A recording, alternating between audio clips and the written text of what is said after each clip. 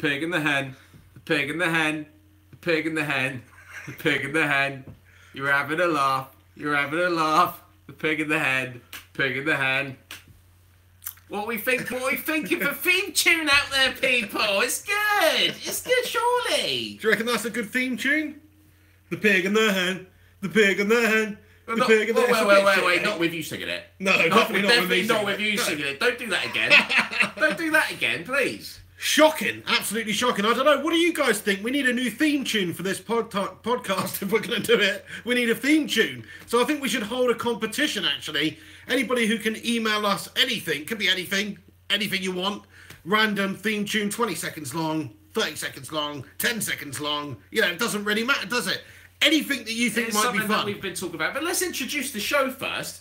Let's start off by introducing the Pig and the Hen Show. There, mate. Thank you to the Pig and the Hen Show. The Pig and the Hen. Thank you to the Pig and the Hen Show. Forgive you for being confused that the pig comes first. So I don't know why that is. Yes, we both know why that is, mate. It's the Pig and the Hen Show. The pig featuring hen. Yeah, all right. What, do you want to incorporate that into the song and everything? The pig, the superior pig. Fuck off, mate. How's it going? Yeah, Henry with his fresh new cut, back on the Kim Jong standards. I don't think it's Kim Jong at all. Kim Jong does not rep that hairstyle. Do you know what I'm saying? Kim Jong does not look like that from the side. You know what I'm saying? It's not me that said this, by the way. You guys have previously said this. I'd never say something so quite frankly inconsiderate. Even if it did look like Kim Jong-un's haircut, who gives a fuck? Do you know what I mean? His face ain't the same as mine, is it? Well, you might think so, but fuck you if you do. Oh, it's good to be back anyway on the Pig and the Hen Show. Wednesday night is tomorrow, actually. We're doing it on Tuesday. I know, but we're doing a double We're doing a double header. We thought we'd surprise you this evening if you were itching for the pig, a bit of the hen. Then we're here early for you, 24 hours. Loving you. That's right. Everybody who's tuned in live right now on YouTube, thanks for stopping by and joining us. It's the Pig and the Hen Show. We just talk random stuff. We're supposed to be watching the City game, but we haven't really been watching it. Been having a couple of technical difficulties getting this set up. But we are set up tonight. Do us a favour if you're tuning in live right now, though. Chuck a like on it. Also, if you feel inclined to share it on social media, it would help us out. So please do that. And thank you ever so much for stopping by. So there's a lot been going on in the footballing world at the moment, isn't there? Mainly Alexis Sanchez leaving Arsenal and coming to Manchester United, where he is going to be a success because he's a quality player. And we've also got Harry Kane joining us on at the start of the next transfer window. There's a deal being agreed between the clubs. You can't just say, right, we're going to be talking in the show today about the Alexis Sanchez thing, the Harry Kane transfer, because that ain't happening. So your second point is complete shit right there, okay? How the show is going to operate. Someone can't take a joke tonight, mate. We're going to have fireworks tonight. I'll tell you how the show is going to operate. Obviously, right at the beginning of the live stream today, we hinted at the theme tune. That is something that we would like help with. So please do let us know. Send your things in. If you come up with something, let's say, what is it, 15 second, 30 second? How long does it need to be? Send your bits in. If you come up with something, it could be homemade. It could be something that you've snippeted up. Whatever. What are we going to give away to the winner, though? What are we going to send the winner? Well, the winner will just have the pride of having their selected song or their created song as the theme tune to the Pig and the Hen Show. What better, you know? Also, I think what we should do, though, if somebody's actually going to... Basically, what we'll do, if somebody wants to send any sort of a theme tune in, we'll give it a listen. If we get a few of them, we'll decide on the best one. And if we end up using it as our actual theme tune, then we will send you a football shirt of the team that you support. Signed, actually not signed by us, because nobody wants our squiggle on a fucking shirt. Just a shirt with a bit of paper that says, thanks very much for the fucking theme tune. Are we really doing that? Are we buying clothes for people? Look, I'll take care of it, mate, all right? You know? You don't know what size they are. That's fine. We'll mingle with them. We'll let them, have the opportunity to choose. Maybe they want to gift it to somebody else. That's up to them. With a value of no more than £40. So they're going to tell us what the size is, and then we'll buy the size. Well, the smaller sizes are better, aren't they? I mean, money-wise, cheaper. Yeah, I guess if Warwick Davis ends up winning this, then it'll be pretty good. How do we ensure that a child wins the competition? That's what I mean. If you're under 4 foot tall, then you can enter. If not, I'm sorry, you're too big to ride. That's all we got, haven't we? Fucking stinking shirt in the back room. But anyway, seriously though, if anybody has the capability to do that and wants to win a shirt, then please do send your submissions into mrflyingpighd@gmail.com and we'll give them a freaking listen. very much so. No, look forward to your, we got to come up with something, otherwise it's going to be our idea, and that's going to be shit, isn't it? Come on, mate, you do another one. Right now, on the spot, go. What have you got? I don't know, mate. I don't know. I've got nothing for you. It's the Pig and the Hen show. It's the Pig and the Hen. No, it's pretty hard, actually. It's very difficult. That was the worst thing I've ever seen. With a donation. Thank you, Alex Rincon.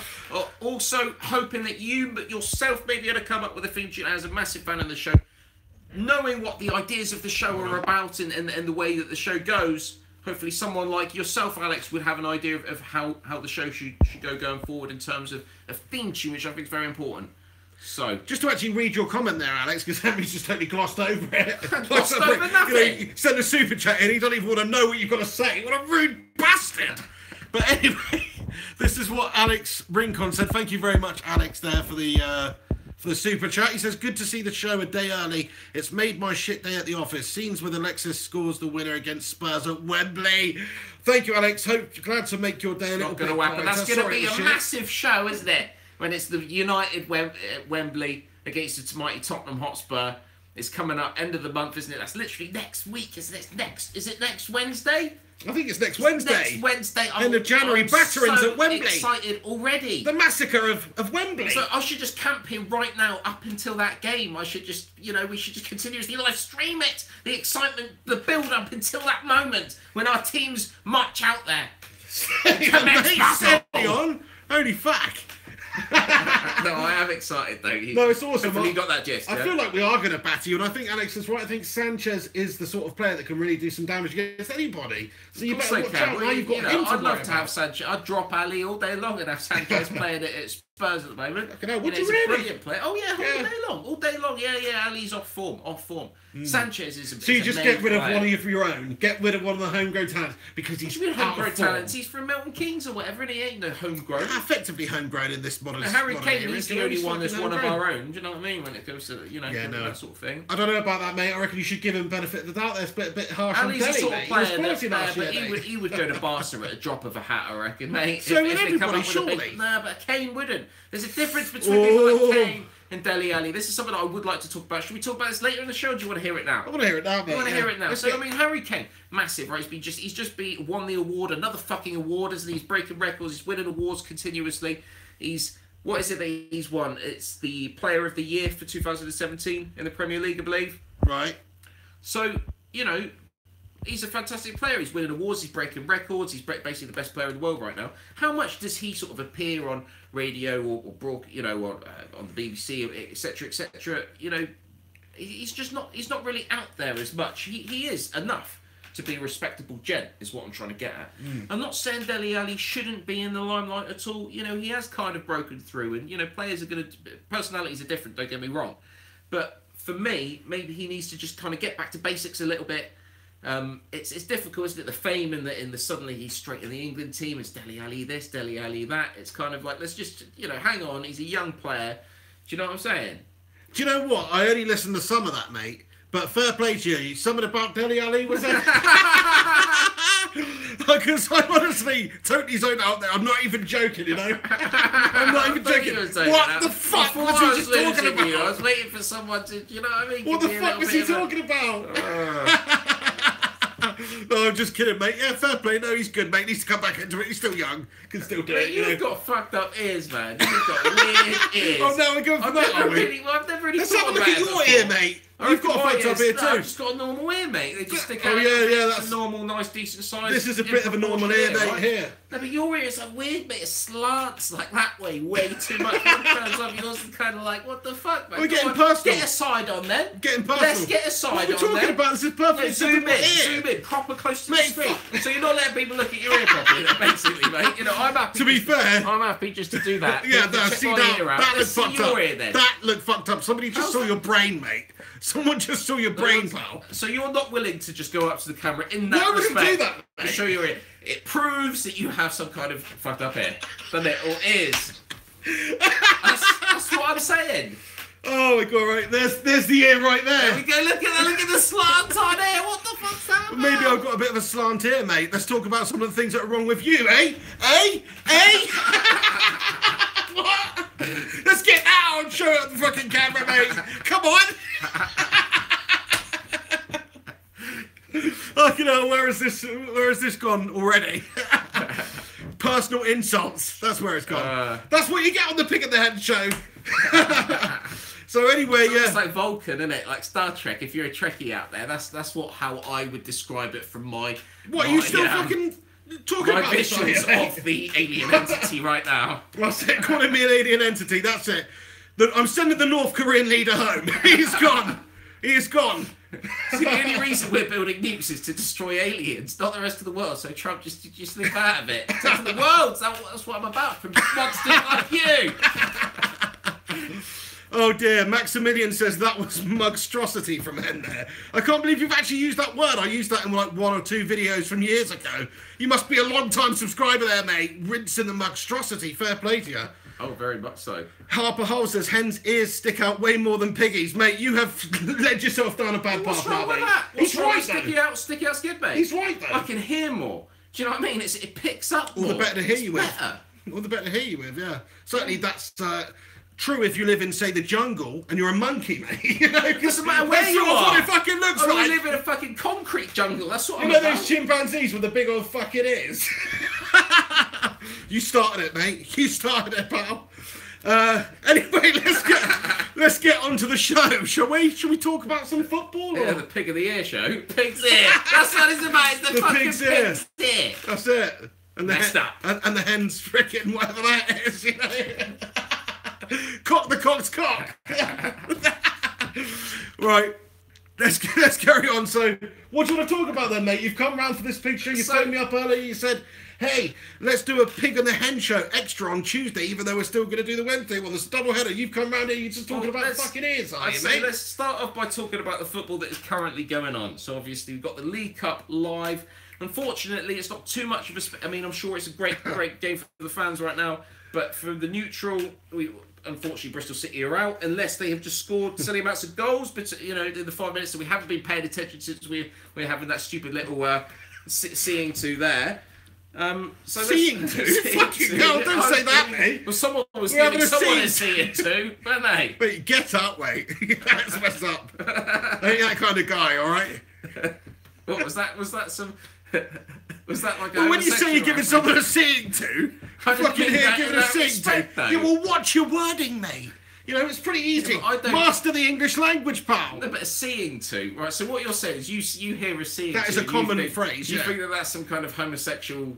I didn't say it was homosexual. You could use it in a heterosexual way. You could say, "Going to give my missus a seeing to." Yeah, but if you say I'm going to give that twat a seeing to, that means something different, doesn't it? That means. Well, if you say it like that, but the way you said it, mate, I don't think you meant it like that.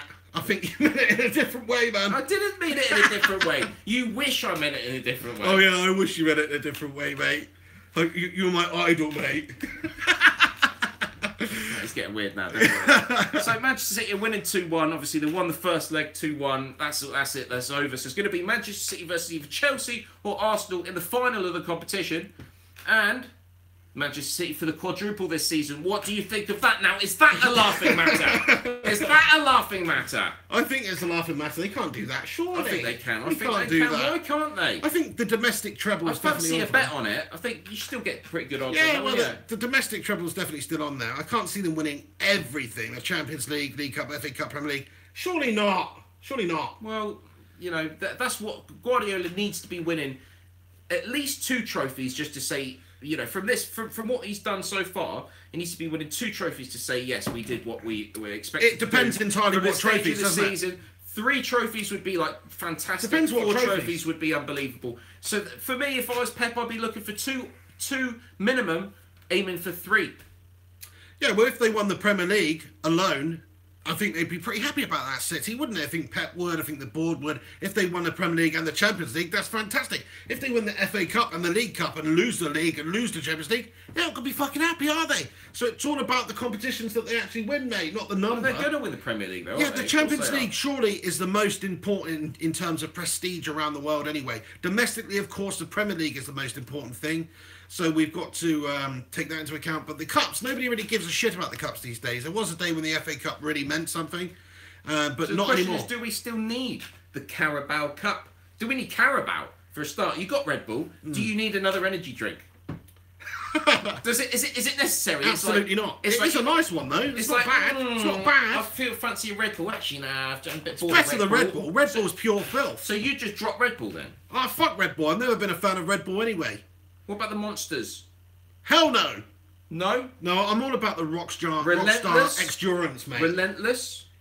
No, absolutely not. There's been a lot of them over the years. Is there still Relentless around? Red Devil? Do that? Devil? Yeah, there certainly has been a lot, mate. But no, I like the Rockstar Endurance blueberry and acai flavour. That's the pig's tipple of choice, mate. You're talking about energy drinks. What's yours then? It's just a Red Bull, shite, though, and it's all sorts of chemicals. What's your favourite energy drink? Water. Drink something. H2O. That's what you need to hydrate yourself. Hydrogen to oxygen, right? Not Rockstar with E99 and E77 and T-triethaddite, whatever. Yeah, but that's how you know it's good. The more E numbers, the better it tastes. Yeah, I guess, yeah. The more aspartame, sucralose, freaking... What's that other one? You know, the more of that Sunbeam Yellow. The more of that stuff, the better, quite frankly. No, obviously, we're just joking there. But you don't just drink water, mate. I've seen you neck some shit. Yeah, well, I'm more of a... What's your favourite energy drink, mate? Like Lucasade Sport. He's the Lucasade man. Powerade. Yeah. Yeah, nice. I just remember when I used to work with Henry, he used to go to the shop, and he'd come back with the meal deal of death, which was like a 1,500 calorie sandwich meal deal with a sandwich, and also a massive big thing of Lucasade, and then like a big bag of crisps or something. Added it up one day, it was like 1,600 calories for your lunch, mate. What are you doing? But look, you know, I need it. You know what fair play, man. I'm going to be taking on Joshua next year, mate. It's not been announced yet. You know what I'm saying? Who's that? Which Joshua was that? Mate. So anyway, back to the football. I'm just going to read a couple of comments actually, mate, before we get back to the football here, because a couple of people saying some things. Hader Noah's comments and says that Sanchez announcement video was brilliant. Thank you very much for that comment, Hader. Appreciate it. Harper Hull comments and says, "Is that a pink wife beater you're wearing, Hen?" Certainly is. What is that, mate? What? What can't a bit of pink's gangster, mate? Gangster. What's under there, mate? What is it? It's just a t-shirt. It's just a pink t-shirt. And what does it say on there? Because I can see some text. It's just got some patterns. It's got like a little...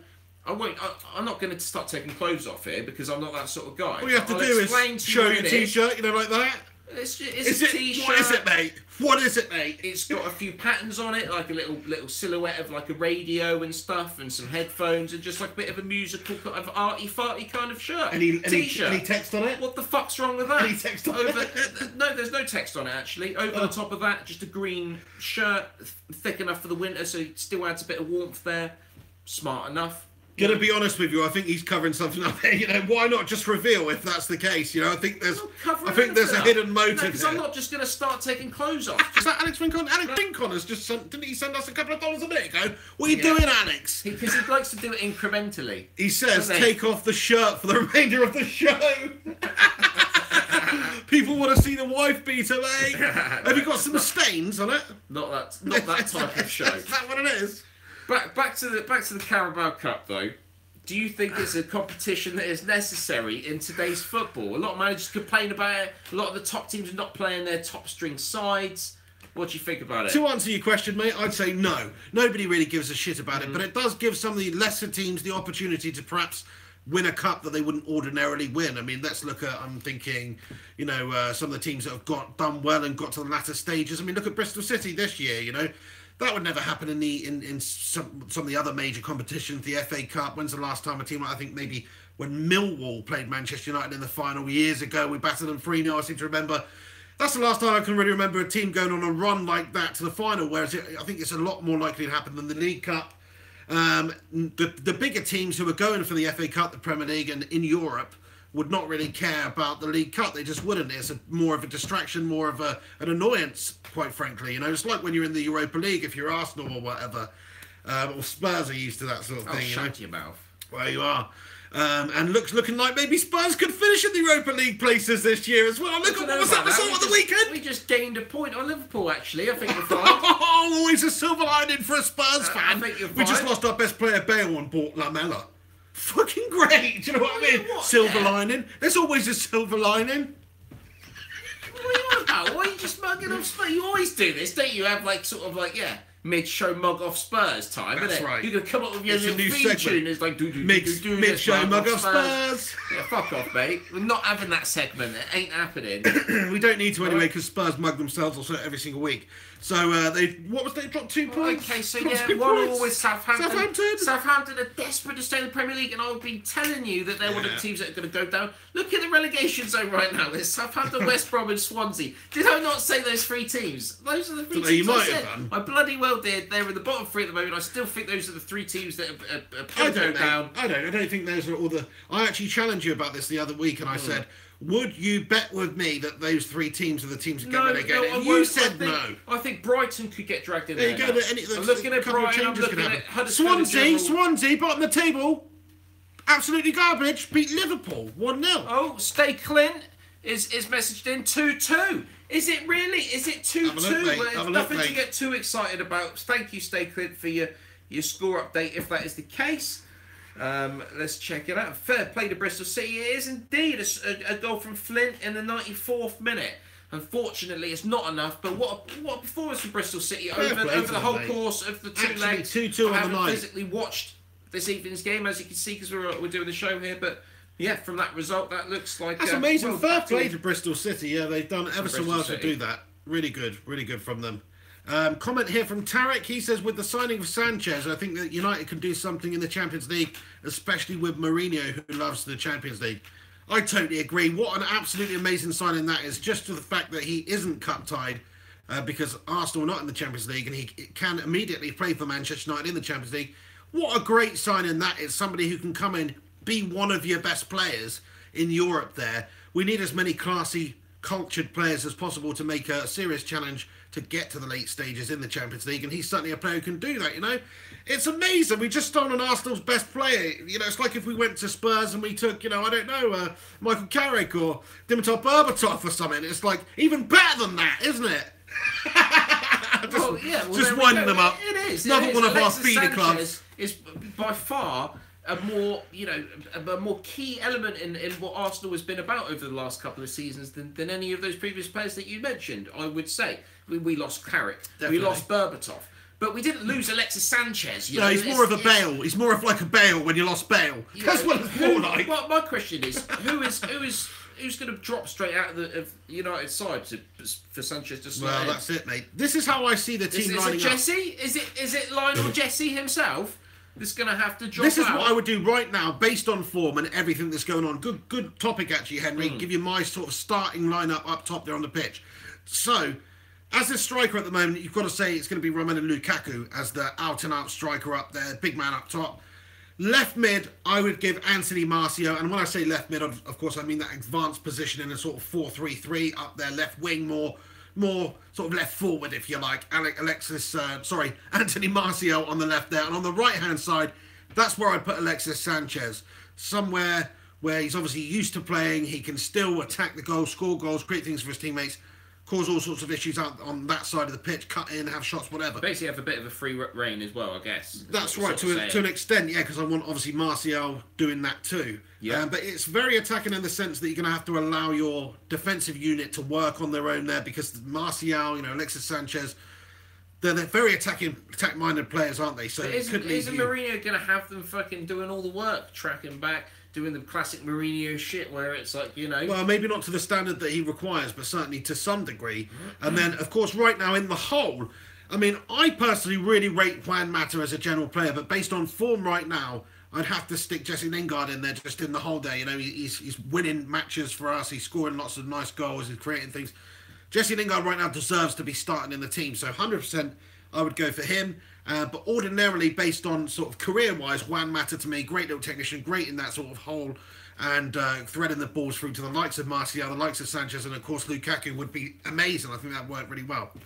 So that's what I'd go for right now. Either way, whatever combination you choose, it's a very, very strong team, and that's not even It still considering... doesn't make any sense to me. That sounds far too attacking. So it's far too attacking. No, where's your defensive strength and your unity there? In like a 4-2-3-1 I'm talking about here. 4-2-3-1. Yeah, I'm talking about Matic and Pogba as the two in midfield. I'm talking Lingard in front of them. I'm talking Martial on the left, Alexis Sanchez on the right, Lukaku at top, and then the back four. That's what I'm talking about. Mourinho generally likes to play that, or But a you've got 4-3-3 no variation. there, though. Where's the width? The width is coming from Martial and, of course, Alexis Sanchez, but it's also coming from the wing-backs, who are flying wing-backs, the likes of Luke Shaw, Ashley Young on the left, the likes of Antonio Valencia on the right. So they're going to have to overlap. They're going to have to be up and down that byline defending. That's what I do anyway with the side. Alexis is basically on playing on the right, but isn't a player of Sanchez's quality? He needs to be playing through the middle. He needs to be playing through the middle. You're kind of just trying to stick him out on the right and saying, well, he could sort of cut in a little bit, but that's shit, isn't it? Isn't that a bit shit pig? I think that's where he plays. I think that's where he does well. You know, he obviously, Arsenal utilised him as basically a striker a lot of the time, and he did really well there. But doesn't he want to be playing in the hole behind Lukaku, directly behind Lukaku? Perhaps. But the good thing about Alexis Sanchez is he is ridiculously versatile. You can play him across that front three and the striker position. Lukaku picks up a knock. Rashford not available for whatever reason. Martial needs to be played out left. Sanchez can be a striker for the game. That's the sort of player that he is. He's very versatile in that sense. So you can basically stick him where you want. You know, that's just my opinion. I'd be sticking Lingard out on the right and having Sanchez playing more central. But Lingard has played more centrally for us, you know, and done really well there in that sort of number 10. Well, I guess you know the United side better than I do. Yeah, that's right. Interesting topic there. It will be interesting to see. Yeah, Alex Winkle says Sanchez started his career. Him. Alex Winkle says Sanchez started his career playing right wing at Udinese. Yeah, and I've certainly seen him play, you know, in that position for when he was over in the La Liga and also for Arsenal. But Arsenal have played him in more varied amount of positions and certainly up top as their finisher at a lot of times. So, yeah, it's a huge signing for us, whichever way you look at it. I'm still buzzing about it because you're not going to miss Mkhitaryan. I'm not. I'm sorry, Mickey. Sorry, Mickey, but you are Mickey Mouse, mate. You let me down time and time again playing for us this season. Interesting to see if he can. And I have supported him, and I would have loved it if he had made a really good career for himself at Manchester United and been a great player. That's all we ever want from a player coming in for that sort of money and with that sort of. You know, held in that high regard. He was obviously had a great career over in Germany before that, and he is a really good player. And let's not forget, Arsenal have got themselves a very good technical player there.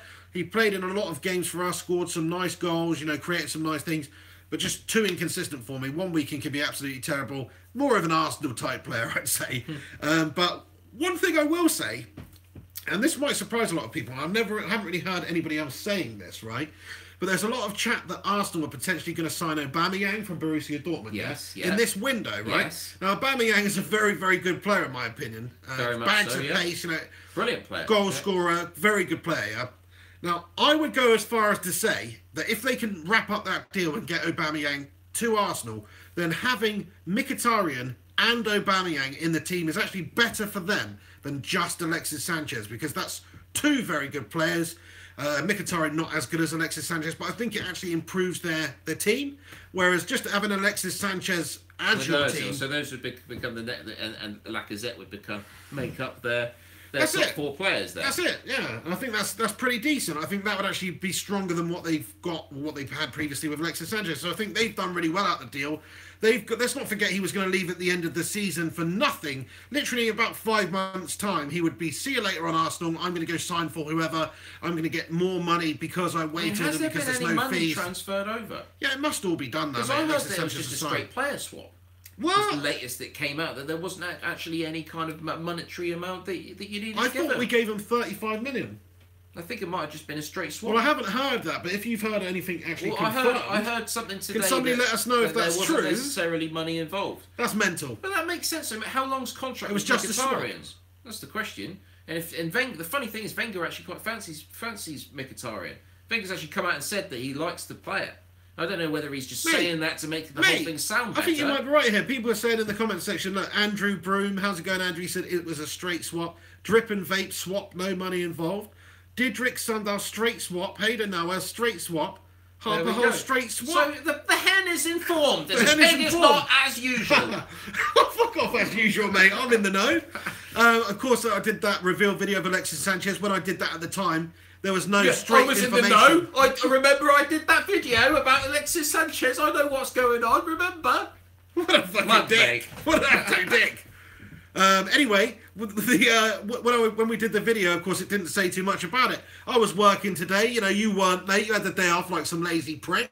So maybe that's why you've been able to fucking keep up with the sporting headlines, mate. Finding out about these freaking deals. Do you know what I mean? Mkhitaryan freaking straight swap. But either way, that's actually brilliant if that's the case, you know? Yeah, well, there we go. What a deal that is. I thought we'd given him money. But it does make sense, though, because what's Mkhitaryan worth? How much did you pay for him? I think we paid like 26 million for him or something. Well, there we go. So it's kind of like, you know, let's say he's still worth 22 million. Hang on, that's mad. Let's say he's still worth, say, 20 million, then that's the same as what City were offering. The City were offering 20 million in cash, but you're offering Mkhitaryan. You wouldn't be able to go out there and buy a player for 20 million of Mkhitaryan's quality. Mate. Necessarily, Wenger likes Mkhitaryan. That's what happens. 100%, but that's crazy, man. Are you telling me that we got Alexis Sanchez for Henrik Mkhitaryan, the straight swap? That is amazing. What an unbelievable deal. That was already a brilliant deal to get a player worth £100 million in the current transfer market in for 30 million and a player who is out of sorts. It's a silly good deal, isn't it? It's basically a crazy good deal for Manchester United. It just goes to show what player power does now.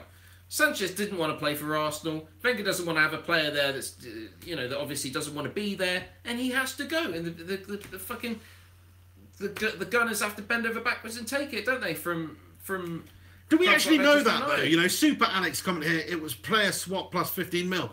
It's like, has the club actually released an official statement? Have Arsenal and Man United? I don't know. Because when we say a swap deal, if they said a straight swap with no money involved, then yeah, fair enough. But I would imagine you have to grease Arsenal's palms a little bit behind the scenes. I mean, what's the contract? What was Mkhitaryan's contract on that he was on at Manchester United? What, 150k a week, 120k a week, 100k a week? I don't know. Either way, it's a lot of money for Arsenal, although they have got Sanchez is on 350 a week. Apparently so, yeah, 350 a week. That sounds about what I'd expect. Which will make him our highest paid player, slightly ahead of the likes of Pogba. He's definitely done the right thing, Sanchez. Ibrahimovic. 100%. I think all this talk about, like, why has he gone to United over City? What a mug. I mean, they're the mugs for saying that all day long. It's like, Sanchez knows he's slotting straight into the United side, right? Yeah. Sanchez, United shirts with Sanchez on the back is going to be like, bang, you know, massive. The history of United, etc. Except that he has Alexis on the back. Or Alexis on the back, whatever the fuck it is, right? He might change that now. Who knows? Change it. Might change it to Sanchez United. You know he's been given the number 7 shirt, yeah? Yeah. Look at the other players that have worn that shirt in the past. Very true, Beckham, very true. Ronaldo. Who else has won the 7 shirt? Eric Cantona.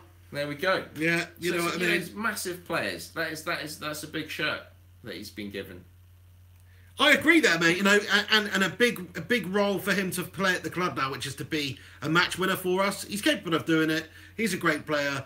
Arsenal, I mean, he basically made himself one of the best players in the world whilst playing at Arsenal, which is kind of mad when you think about it, because Arsenal have never really been competing with the very top clubs in any competition for a little while now. You know, they are a step behind, and for him to be able to shine on that stage at a club who aren't like Real Madrid or Barcelona, obviously was there, but you know, is brilliant really, and to do it in different leagues.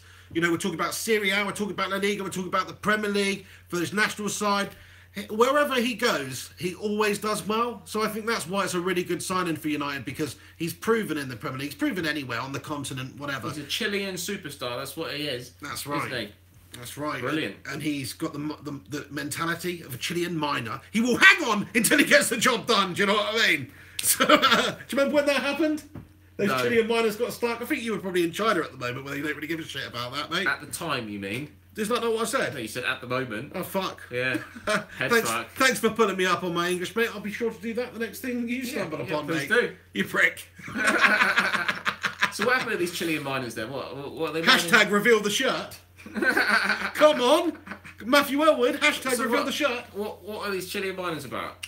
Please explain. Right, okay. A few years ago, some Chilean miners were mining, right? Yeah. I think it's about 30 of them or something. You can look it up. Just look at Chilean miners on Google. Yeah. And anyway, I believe they'd obviously mined down into the ground. Yeah. I believe what the are they mining shaft for? collapsed. Chilies? Don't know, maybe. But I'm joking, by the way. Anyway, they got stuck, basically, to cut a long story short, and they were in there for about 30 days or something. What did they survive off? Chilies? No, coffee, mate.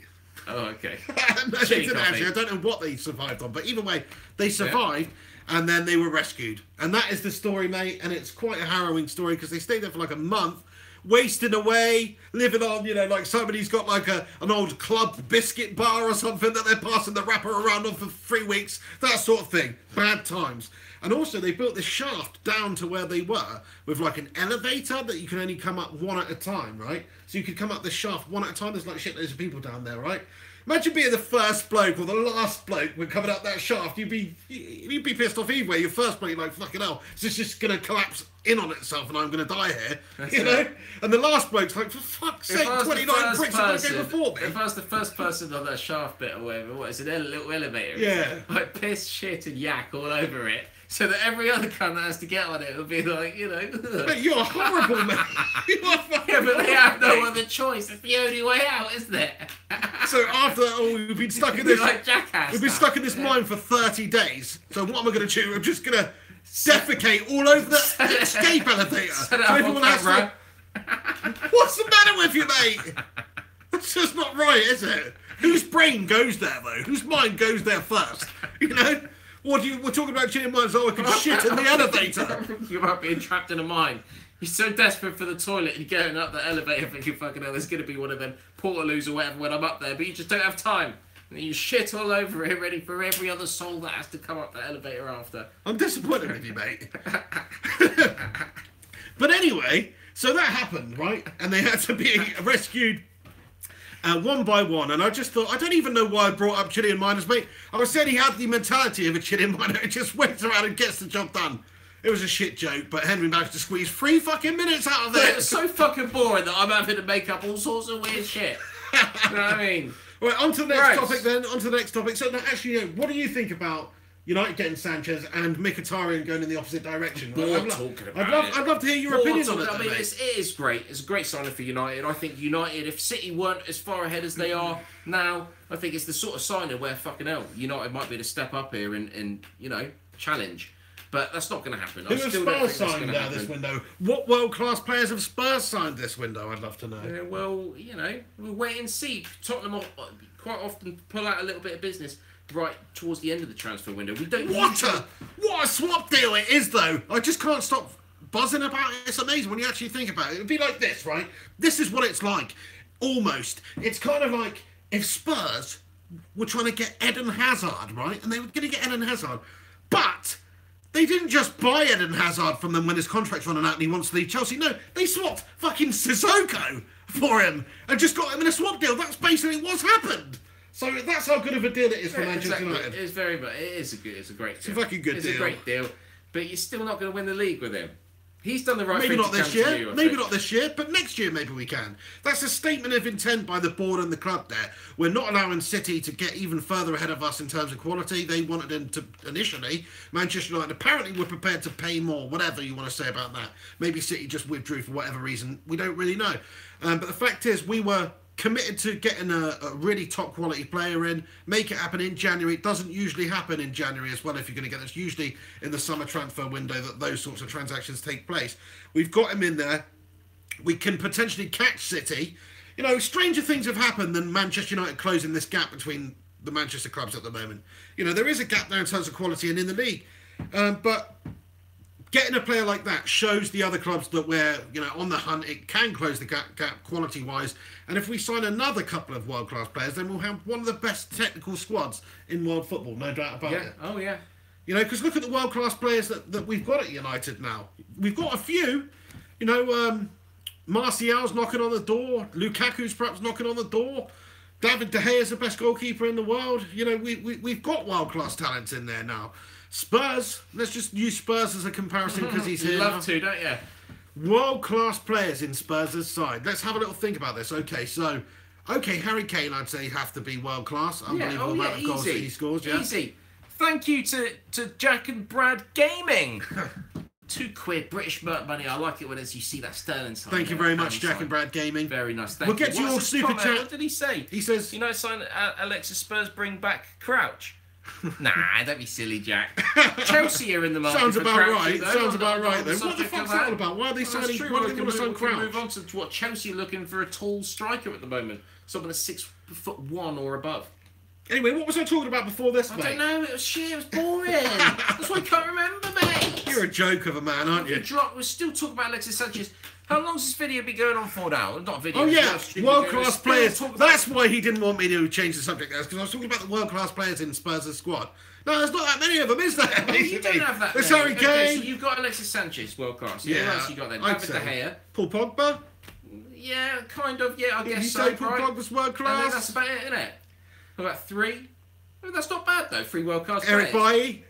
Anthony Martial. No. Lukaku. No. Zlatan Ibrahimovic. Right, for me, He's not world class, no? Kane is obvious. Well, he was. Well, was what? 6 months ago? Okay, well, 6 fucking months ago? Kane is world class, yeah? Yeah. Hugo Lloris.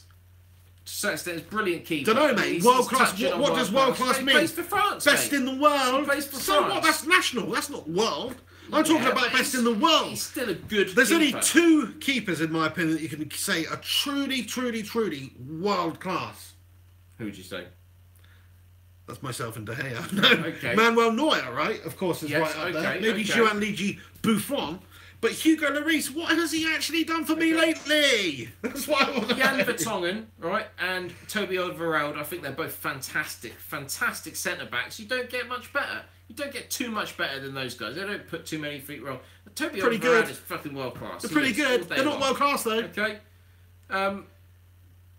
Would they slot into any side in the world? That's another way to say, are they world class? Like, would David De Gea get in Real Madrid's team right now? Yes, he would.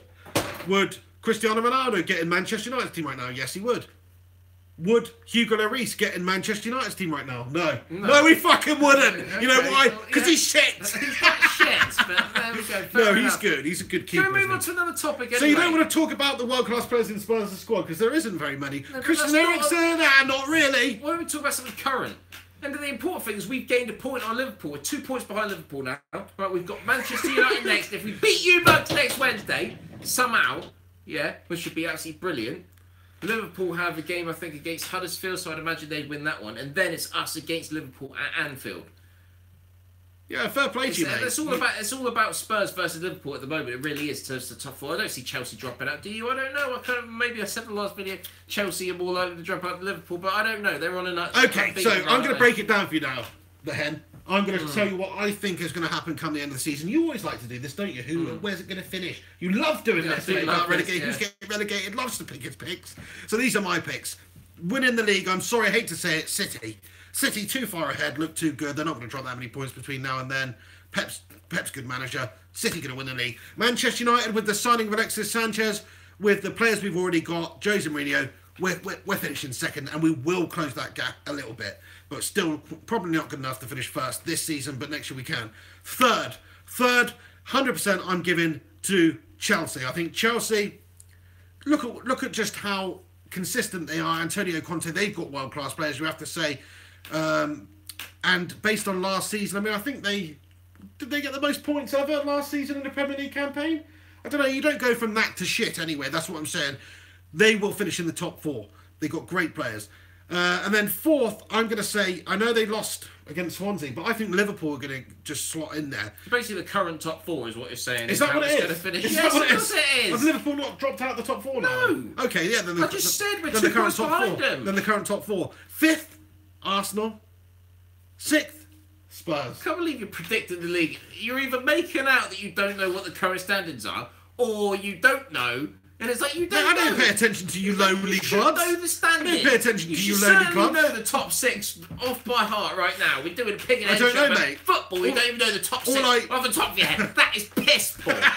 Piss poor. All I'm I telling care you. about is the top 2, mate, which is something you would never know anything about, my friend. All I care Top about is 2, top what are you on 4. about, mate? We got second, didn't we? Recently, actually, we came third in there, didn't we? Yeah, we fucked it, mate. You don't know nothing about challenging for the title or finishing first, second. Nothing. So, no, fair enough. But that's my prediction for top 6. What's yours? Okay, so City to win it, obviously, right? Unfortunately, I have to say yes, United second. I think that's going to happen, especially with Sanchez coming along. You're just going to put Spurs in there?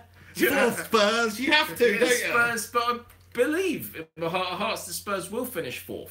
Okay, in terms of who's going to drop out of the top 4 out of Chelsea and Liverpool, I have to say it's not just. Oh shit! So we both fucked up there. Alex Rudd says last year Spurs finished second. Well, there we go. Today, so I don't even fucking remember. Second, nobody remembers second, do they? Because you finished first. I've just been mugging you off, but not the coach. Don't even know where I finished last season. Right, jokes. Of course I knew. Slip of the tongue. So where were we? I don't even know where we were, mate. This is a calamity for the end of this season. Yes. So yeah, Chelsea, Liverpool. You kind of it's tricky at the moment. It's tricky out of which one of those two is going to succumb. I think Liverpool are better than Chelsea. I think Chelsea will possibly not finish in top 4. Too inconsistent, Liverpool, though. I mean, look at this game yesterday against Swansea. They're shit, mate. It's random, and also, even in the games that they do really well, and I admire the way Klopp and Liverpool play. They attack. They don't really give a shit. They just go for it. You know? I'm not gonna. They score goals, but they're not. They concede loads of goals, and they lose games they shouldn't lose. Like they beat City, right? 4-3, amazing game. What a result that is! Derail City from this unbelievable run of not losing any points. You know, crazy run they've been on.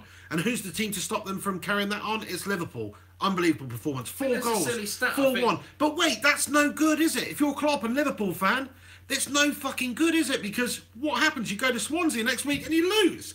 So it totally undoes all the good work you did against a really good side like City. Too inconsistent. You can't win the league. You can't even, do very well if you do that. You've got to win the games you should win. There's a stat that Liverpool, if they played just the top half of the league all season and they played 4 games instead of 2, then they'd win the league because they're better against the top sides.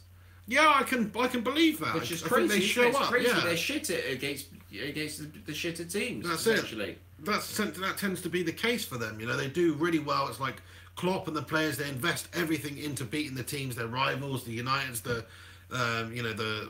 Cities, all these teams that are vying for those top spaces. And then when they just take the but you still think they'll get 4th off Spurs? I do, yeah. I think Spurs are not as good as people think. I think if you take Harry Kane out of the equation, they're quite poor. He's an absolute goal machine. If you put him in any side in the top 10, I think he'd have the quality just to be on the end of the crosses and find a space and beat the man and score the goals. We destroyed Liverpool 4-0 earlier in the season. Yeah, fair enough. What does that tell you? Yeah, it tells you on that day. Sometimes. Yeah, we're more consistent than Liverpool are. Yeah, on that day you beat them. But I mean, if you're more consistent than them, why are they higher than you in the league at the moment, mate? I don't know. It's a tough one. I can't put my finger quite on it. For me, it's just a complete battle between Spurs, Liverpool. Not Arsenal. I think Arsenal are out of it. Fuck Arsenal, right? You never know if they get Aubameyang and Mkhitaryan in there. Liverpool, Spurs, and Chelsea. One of those, two out of those 3 will finish in that 3rd and 4th spot.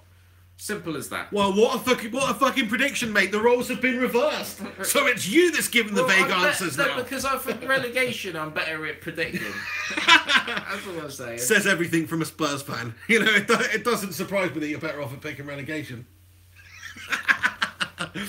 Anyway, most goals conceded in Premier League history. What? It's Tottenham Hotspurs, isn't it? Have a look. It's not a lie. That's a shit stat. I love mentioning that one, don't you? Also, what's happened else? What else has happened in the footballing world? Sean Dyche. I want to talk about. No, I don't want to talk about Dyche. I don't want to talk about Dyche. I don't want to talk about Dyche. I want to talk about Marco Silva. Okay. In fact, what is about Marco Silva for? Not Dyche. Because I think it's interesting, right? He's been sacked. Do you know what's going on with him? Yeah. Do you even know? Yeah. Yeah? Yeah. Yeah. So what's happened there? Go on then. He's been sacked. Tell everyone what's happened. He's been sacked. He's been sacked. They reckon he wasn't trying, wasn't motivated, just didn't give a fuck, basically. No, do you know who they're blaming? He was talking to another club, wasn't he? Who? I can't remember now, but he was talking to another club. I've just told you the fucking story, mate. I've just forgotten which fucking club he was talking to. Right, sort of managed to sort of get the gist of it, but you don't really know what's going on, do you? Isn't committed to the club anyway. So that's basically what it is, mate. Well, it was the Everton interest. Can you remember all that when Koeman goes, right? Yeah. And they were, That's it now. They get. You see, well, you jogged my memory, mate. Someone in that Everton board, they're like, right, what managers? What Now we don't want a manager that's not taken. I'm not into that. I want to steal someone else's manager. I want to prize that trophy wife from another club. Right? That's what it's kind of like, isn't it? And it's like, right, let's look at some pictures. Let's get a lineup. Tinder, swipe left, swipe right. Left, swipe right. You know, they're swiping left, swiping left. You know, fucking. Oh, Marco Silva. Yeah, so he's swiping through like your Koeman. No, obviously we've just sacked him. So who else comes? Who else comes? Oh, my ex is on there. Steve Bruce. Nah, not my sort of thing. You know. And then Silva pops up. It's like he's a handsome chap, isn't he? He's got those dark sort of Portuguese good looks. Jesus, you're actually doing this literally. Yeah. And someone has thought that we're going to try and get him. And that's Silva. He's not a loyal kind of wife, is he? Basically, I'm using the husband-wife analogy with the club. The club being the husband analogy. So obviously the club being the husband and the manager being the wife there. But Silva, he's one of these.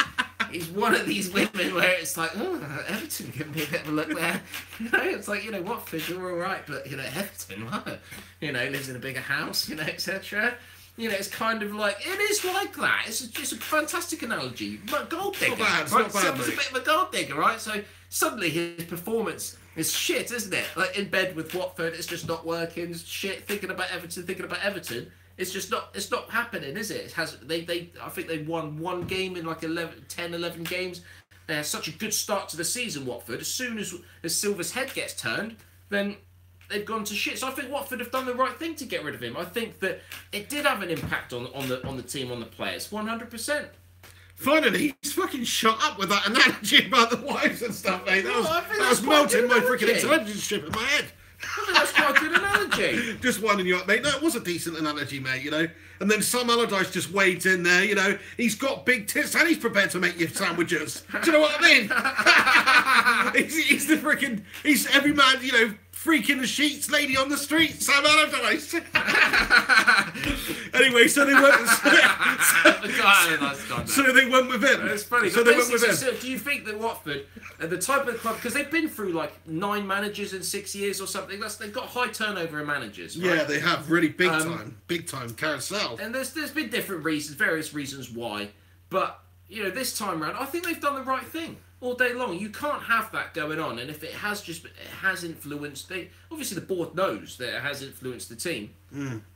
Had to get rid of him. Absolutely. And they had someone in place straight away, which is different to what Everton had done, because Everton took months, didn't they? They had Unsworth in for a bit, Joey Barton absolutely mugging him off, you know, on TalkSport, etc. It was a joke. It was an embarrassment for Everton, that period of time. It was Watford, you know, the way they've done it, cutthroat, bang, got rid of Marco Silva, and they got in this guy Garcia straight away. Already got his parking space all signed up probably outside, haven't they? No, fair play to them. Yeah, maybe if he just wasn't committed to the club, you should get rid of him. It's a tricky situation, isn't it? If your manager wants to talk to a bigger, better club with the potential for him to leave, and then he doesn't get the job, it's almost like you sort of have to get... Similar sort of thing happened with Spurs, didn't it? Let's get back to Spurs.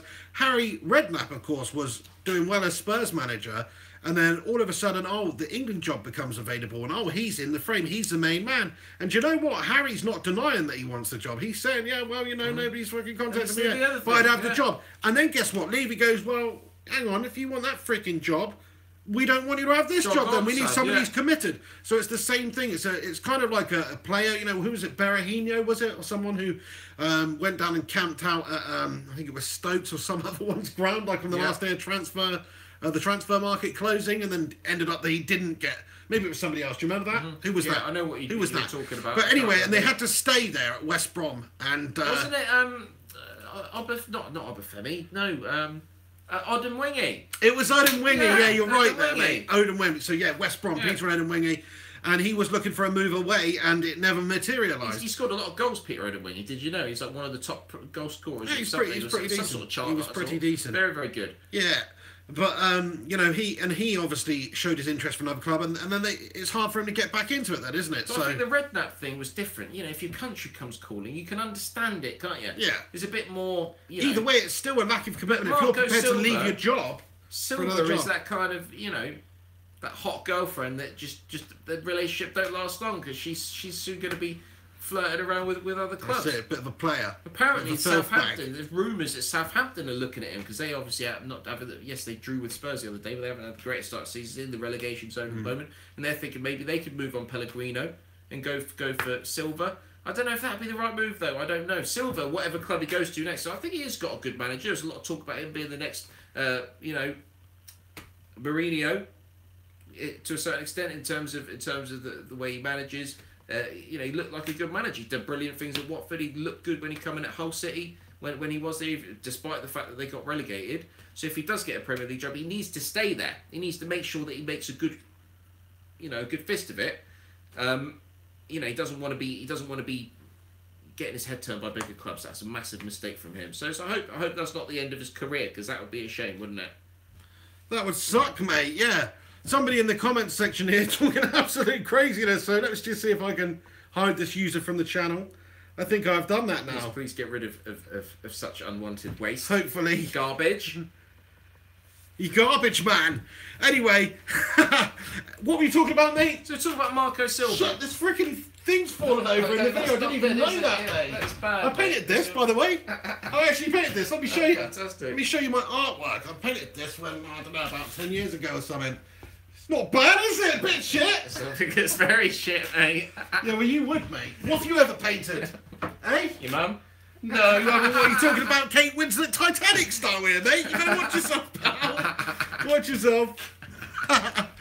Oh, we've actually got a decent comment for you. Somebody who doesn't think you look like either Corey Feldman or Kim Jong-un, mate. Thank you. Who is it? It's Alk Mahmood, you know, good old Al. Oh, yeah, good old He says, Al, Henry, yeah. you look like Johnny Depp with that trim. Oh, thank you so much. Thank you. The bit of the facial hair and that Johnny Depp, that's a good one. He just needs a hat. He just needs a hat, a cigar, some sunglasses, and a bit of charisma, and he would be Johnny Depp, wouldn't you? Well, there we go. There we go. So, Stoke, more manager talk. Another thing I wanted to talk about actually was, all right, okay. Guess how many managers have been sacked since the beginning of this Premier League season, start of this season? Start of the season, Premier League managers. Yeah. Just Premier League. Yeah. How many have lost their job? 5. More. What? I think so. I think it's 8. It's only January. I think it's 8 now. It's January. It's madness. Right. So let's look. Right. Let's look at the. Well, the easiest thing to do is look at the league. So do you know what they should do though? They should have. I've heard it. You know, suggested before by lots of people, and I think they should have transfer windows for managers. Like you should only be able to bring in a new manager or get rid of a manager in the summer transfer window, and that would stop situations like this Marco Silva one. Looking at Everton and I want to join Everton. So yeah, managers can only be bought and sold in a period, certain period. In a transfer maybe window. 6-month periods, like because of course if you get to January and your team are doing absolutely terrible and you're going to get relegated and you have to get rid, then you should be able to make that change. Like it shouldn't be every summer. That's just not enough in today's climate. So, but every 6 months, I would say. I reckon if you'll start the season in August, come December. Yeah. When the January transfer window opens again, there you go. That month you can make managerial changes, but until then, it's just stupid to do that. I think I do like that. End of the day, the club could persuade a manager to stand down. I guess that could still happen. But if the manager is insistent, no, I want to keep playing here, then they can do that. Unless every single player or something signs some sort of petition, Pardew out, isn't it? Because they're probably thinking about West Brom right now. What are they thinking? Get rid of Pulis. I know that they don't like Pulis' way of playing, but I still think West Brom are going down. Let's look at the teams that have changed their managers, right? So Swansea, they changed their manager. Paul Clement got the chop, and they brought in Carvajal, who, to be fair, that looks like a good little appointment at the moment. He's had a good start. Swansea's still rock bottom, but level with West Brom. West Brom changed their manager. Pulis to Alan Pardew. Has that made much difference? No, not really, not at all. Southampton have not sacked their manager. They're in the relegation zone. In a way, Southampton look like the mugs at the moment, because it seems like every other bloody club in the Premier League, if they're down there, are sacking their managers. What are you doing, Southampton? Everybody else sacks their manager at this point. That's kind of like the fashion of it at the moment, isn't it? In the current football world. I just want a really quick comment from Bayzid Kaka, who says, Hen also looks like Mats Hummels. Do you know what? Now you mention it, I'm looking at the screen here. There's a bit of a Mats element to him, you know? Well, that's another compliment, isn't it? I'm sure Mats Hummels, he's all right, isn't he? He's like a model, do you want to get pummeled by Hummels? I'm joking. That's awful, isn't it? That's not what I say to the ladies. Also, another comment for you from Jamie White. Hiya, Jamie. He says, Hen, don't move to China. Pig of the Hen Show is the one. Stoke City changed manager. That's an interesting one. Lambert's just come in, isn't he? Good old Paul Lambert. Good old Lambert and Butler. Yeah, he's like the fifth choice Lambert as well. and Butler Silver, isn't it? He's like the fifth choice. That must be pretty bad, you know. He's like pretty bad. He's like this. To use another analogy, yeah. He's like that bird at the disco or that kid at the disco who's just left twiddling his thumb, saying, "Can I have this dance?" No. Have this dance? No. You know, until they've got to lower their standards significantly, and they go for fall down. That you know, gone off with other guys. It's like, oh fuck. Right, well, there's still that minger hanging around just outside the toilet, kind of half trolleyed. You know what I'm saying? Henry! Not call people mingers, mate! Is that not what you were trying to get at, mate? No, I didn't say that. Finish it off for you, It's not about, you know, looks and superficial things, mate. Look at you standing here saying I've got strange ears, making a focus on my ears, mate. By the way, I haven't got strange ears. It's you that's got fucking strange ears. But just now you mentioned it, you know, you shouldn't just be looking solely at people's appearances, mate. Have you not got a bit more depth to your character than that? Johnny Depp, mate. Johnny Depp. So please stop interrupting me because I'm in my, you know, I'm going through the Everton, Coleman, Allardyce. Right, giving you one there. Get on to the next one. So Stoke. Yes, Lambert has come in, and I think, though, he'll keep them up, personally. Right, Brighton have not made the chop yet. They've been sinking down. Newcastle, Benitez, he's not going to lose his job, okay? Huddersfield have kept manager. Palace have changed. Bournemouth haven't. West Brom have changed. Watford have changed. Everton have changed. Oh, my God. So there's a hell of a lot of fucking clubs there, isn't there, that have changed manager. So, yes, I think this manager transfer window thing is something that needs to be looked at. Yeah, I mean, you don't really know unless you trial it, unless you give it a go. It's like this VAR stuff. You've got to give it a go and see what happens, you know, because it might well work or it might not. I mean, there could be certain special circumstances when somebody might have to get rid of a manager, you know, due to, you know, something controversial that happens or anything like that, something that's a bit out of the ordinary. They might have to make a change or somebody could die or whatever. You've got to have a way in place for you to be able to change manager in a certain situation. But if you're just talking about performance-wise, I think surely you can't get rid of a manager after a couple of months. I mean, that happens now. It's sad, isn't it? Somebody starts... Who was the first manager sacked this season and when? Find that out for me Crystal if you can. Palace, wasn't it? Frank De Boer, after 4 games in charge, lost his first 4 games. Good knowledge there, mate. Good knowledge. Just knows it like that. Yeah. Fair play, mate. That's impressive. Thank you. That's like some Tom Cruise, Dustin Hoffman, Rain Man type shit there, mate. I'm impressed with that. And who was the second? I'm not expecting that. But just that you know the first, that is absolutely unbelievable. Good. But yeah, De Boer, 4 games. I mean, you can get sacked after 4 games. That's ridiculous. That should never happen. Even if you have the worst 4 games, you get battered 6-0, 6-0, 6-0, 6-0. You can't go after 4 games. You know, you haven't had the necessary time to do anything at the club. It's poor. So I think that should be taken out of the game. Maybe even if they just made it 3 months or 4 months. There's 3 windows every single calendar year, every 4 months that you're allowed to make changes. If you so want to make changes, so wish to make changes, you can do that. But you cannot sack a manager before that period is up, because it gives these managers opportunities to turn things around as well. Like, who's to say that De Boer, after that learning curve of losing those 4 games, wouldn't have just turned it around and gone on some incredible run? It happens all the time. You know, there was a time when Alex Ferguson would not have been Manchester United manager if not for winning the FA Cup in that first season after a couple of seasons of being Manchester United manager and, you know, getting gradually better. It all hinged on a cup final. And thankfully for us, we won the replay of that cup final, and we were able to go on that long period of success. But in the modern climate, I don't think, even at a club like Manchester United, that Sir Alex Ferguson would be given that opportunity. So I think it's good for managers if they do that anyway. It could backfire, though. There are problems with it. You can understand why, in some ways, the clubs do need the ability just to be able to sack off their manager at any point. Because... you know, imagine you've lost every single game and it's literally like 2 or 3 weeks before the manager transfer window. It's like that manager just... there's going to be no incentive for him to try and say he knows he's lost his job in a few weeks' time. He's just going to put his feet up. Go on, lads, you just fucking play then. You reckon you're better than me? You reckon you know it all? You're waiting for fucking Mourinho or Jose... Problem is... fucking Pep Guardiola to come in a couple of... in a week's time. Go on then, you mugs. That's a good point, but also, you know, what's to stop a manager from doing that now? He gets sacked. Oh, I'm not going to try. I can't be bothered. He gets sacked like Marcus Silva. Do you know what? Marcus Silva probably got a massive golden handshake. In fact, I know he did. Because when you sign a contract for a particular amount of time to do work, he has to be compensated. So he's actually made a shitload of money. It's like when Moyes had a calamity at United. He signed this few-year contract, there for less than a year, gets sacked. Here's 10 mil or 5 mil or whatever it is. So he goes on his way. So it's not like there is the incentive for them to not do that anyway, because they're either going to just lose all affinity with the club, kind of like this Marco Silva situation, and then leave with the golden handshake.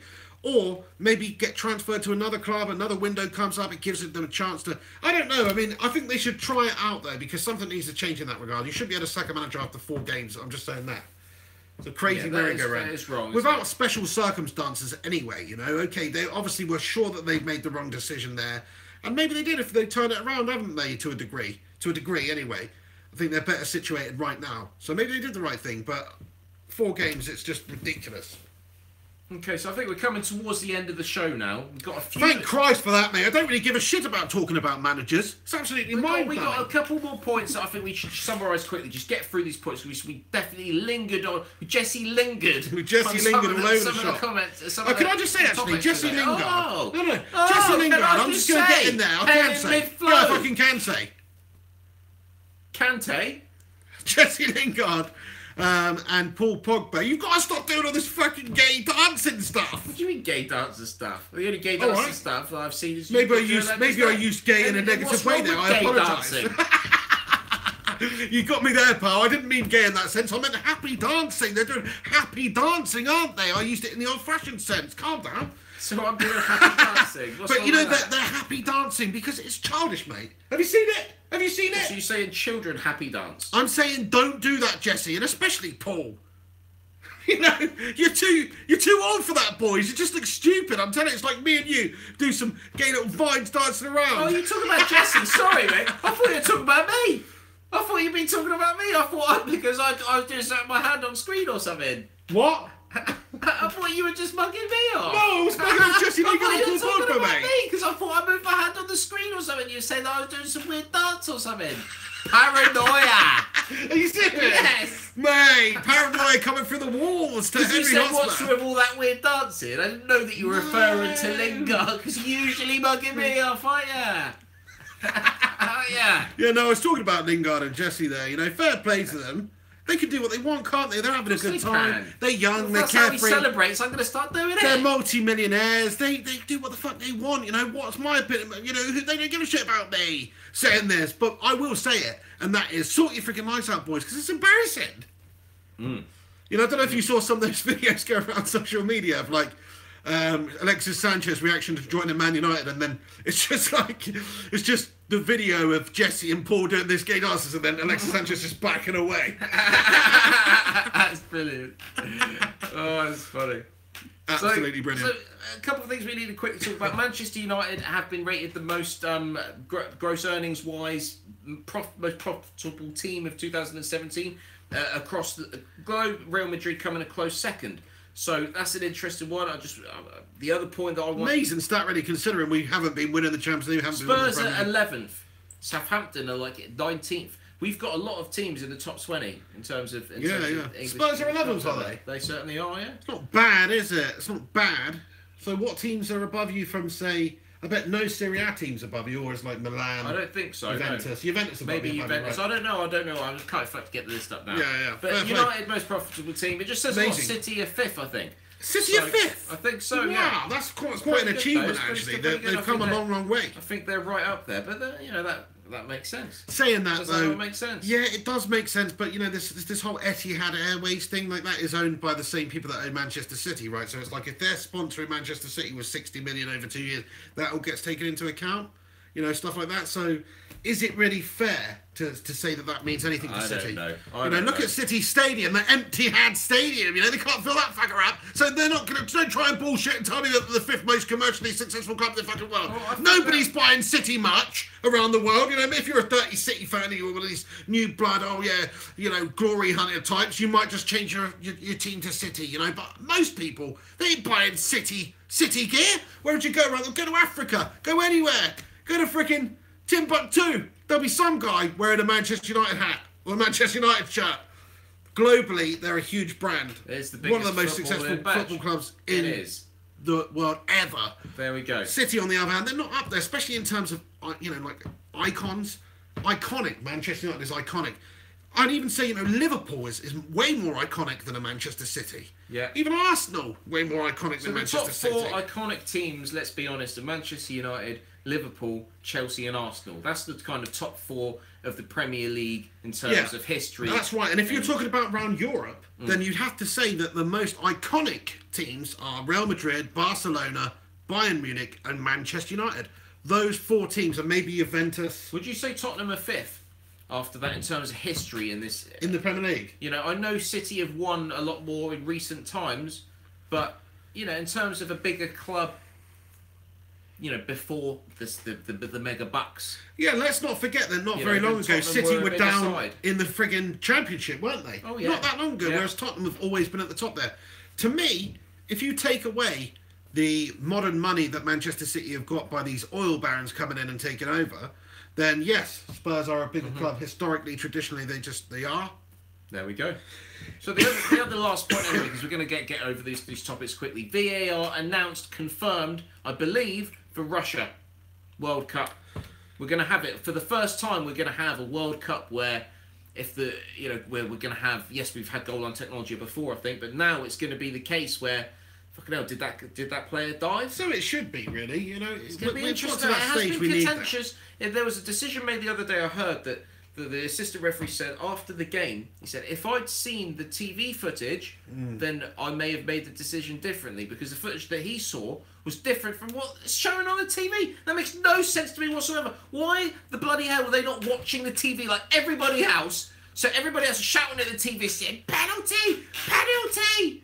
Ref's like, sorry guys, my video's a bit different. Don't look like a penalty on my one. That makes no sense at all, does it? It's a very mini valid rant point. there against VAR. It's a very valid sort point. it out. I like VAR, but sort it out. Yeah. Plus, who's to say that it can look totally different from an angle that they've captured it on a video camera? Somebody's watching that in a room and it just looks different to somebody's actually there. The referee can see a challenge that perhaps isn't picked up on screen. That does happen. So it might just confuse the situation, but I think we've got to the stage now where we've got to at least try it. That's what I'm saying. You've got to try these things. I hope that they can work out the best way to do it. The trouble is, it's there's so many opinions on it, isn't it? Some people don't want it at all. Some people love it. But it's about getting the balance right. It's about making sure it doesn't slow the game up too much. What I don't like is the fact that maybe some of the power has been taken away from the referee, which I didn't think was going to be the case. I thought it was going to be the case where an assistant referee would sort of mention, I think this has happened, sort of thing. But it still should always be the referee's main decision. Do you think it undermines the referee? Let's say I'm the referee, you're the assistant referee. I've just sent Alexis Sanchez off, and you're like, sorry, Henmeister, but you might want to have a look at that one again. Henmeister? Well, whatever you call me, hen buddy, all right? And I'm going to think, fuck off, mate. I just sent him off. Well, you undermine it. I know, it's true. It can cause confusion. Isn't it? Yeah, but Alex Rudd, how's it going, Alex? He makes a really good point and says, don't they have a bunch of angles? So, I mean, if you're talking about it's hard sometimes for a referee to see what's gone on, even 10 yards in front of him, sometimes it happens in the blink of an eye. It's hard to see what happened. But if you can look at it, somebody else, another official can look at it behind the scenes in 3 different angles in 30 seconds and see, oh, yeah, no, he did clip him there. It is a penalty. Then surely that is a very useful tool to have and we should be utilising that. I think it should be instantaneous. I think the referee himself, I don't know. Can the referee go over to the side and watch a video? It just doesn't work like that. Someone else has to sort of watch the video, don't they? That's the problem with it. Why can't the ref... The ref should have a portable device. This is what I think it should be. He should have a screen on his clothes. Carrying around an iPad. Because the technology is surely there. Yeah, like an iPad. Carries an iPad around. Or something. It's all right, he uses a notepad. He can write the players' names in his book. Right, in this case, I'm onto something here. Instantly, the referee can then view the footage, right? If he feels like he wants to change his mind because of the footage, he can do. If he's undecided, then his original choice stands. Simple as that, isn't it? Good shout. Or even better, why not just show it back to the entire crowd like they do in rugby? Yes, so that everyone can see Everybody can see it, the referee on. can see it, it's on the Titantron, on the friggin' whatever you want to call it, the big screen in the stadium, everybody can see it, they go through the angles, then the referee makes a decision like they do in rugby, like they do in a lot of sports, Hawkeye, tennis, or is it out over the line, or let's just consult Hawkeye. In fact, he doesn't even need an iPad, why don't they just get it up on the main screen? So everybody just cocks everybody can see it. It adds drama. It adds excitement. And the referee's just there going, Yeah, exactly. It'd be funny, And it wouldn't will add a bit of controversy in its own right, because you might get a scenario where, it's 50-50, you're not really sure, but the referee makes a call. He makes a call, and then the crowd just goes, ah! You know, Do you they not think freaking it's hate over it. dramatic though? Do you not think the referee could be in danger in some ways? Because it's literally everybody's looking at the screen, everybody says yes, definitely a penalty, and ref's like no penalty. He's gonna get fucking that's mobbed. 100%. But they're sort of in that spotlight as it is anyway, you know. But yeah, I think that does add a different element to it for them. But anyway, It should certainly be more integrated into the viewing aspect of the sport, because that's what we watch sport for. We want to watch the sport. We want to be involved. If there are going to be decisions, which we don't like to disruption of the flow of the game, but if there is going to be refereeing stuff going on, you like to watch it. You like to be involved as a viewer, or as someone that's attending the match. So, absolutely. Yeah. Yeah, once again, just want to say to everybody who's tuned in right now on this video and who has been watching, thanks for joining along with us. We've actually been doing this for 75 minutes now, mate. Can you believe that? It's just absolutely flown by.